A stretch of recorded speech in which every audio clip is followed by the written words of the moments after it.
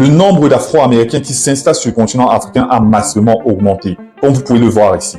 En 2024, le Ghana a délivré plus de 1500 passeports aux Afro-descendants.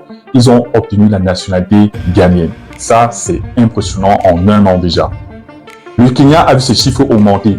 En moins de 3 ans, le nombre d'Afro-Américains et d'Afro-descendants qui s'installent au Kenya a été multiplié par 5. Le Libéria vient de lancer son programme de retour de la diaspora. Donc, il y a de plus en plus d'Afro-Américains et de membres de la diaspora qui font un retour en Afrique et s'installent au Libéria. La capitale du Libéria, pour ceux qui ne connaissent pas, c'est Monrovia. Toujours le Ghana, mais cette fois-ci en ce qui concerne les permis de résidence, donc les titres de résidence. Avant 2019, il y avait moins de 300 personnes qui demandaient les permis de résidence pour vivre au Ghana en tant que membre de la diaspora. Mais en 2025, les chiffres dépassent déjà plus de 3000 afro-descendants qui demandent les permis de résidence. Des pays comme le Kenya, le Ghana, le Burkina Faso et même le Libéria sont assez sollicités par cette diaspora, par ces Afro-Américains. De nombreuses raisons expliquent tout cela.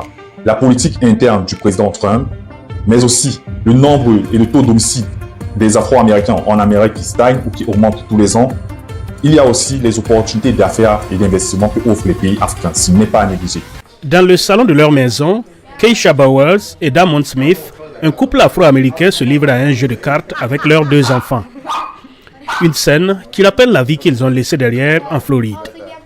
En 2023, toute la famille s'est installée au Ghana à la recherche d'un pays où elle se sentirait plus à l'aise. Keisha Bowers explique que sa famille et elle-même étaient constamment exposées à des agressions et à des traumatismes aux États-Unis. En Amérique, un homme noir avec des locks qui est très grand pour son âge est traité comme une menace. Dans les écoles, il est maltraité. La discipline est toujours la première étape dans le traitement de mon fils. On lui dit « tu vas avoir une retenue » sans la moindre explication. J'ai découvert que mon fils était autiste.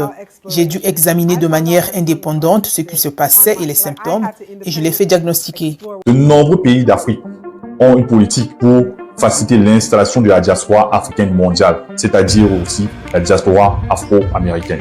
Alors, si vous êtes intéressé par les pays comme le Kenya, le Burkina Faso, le Ghana et bien d'autres, n'hésitez pas à acheter ces guides de voyage et de naturalisation qui vous permettent de vous installer ou bien de visiter ces pays.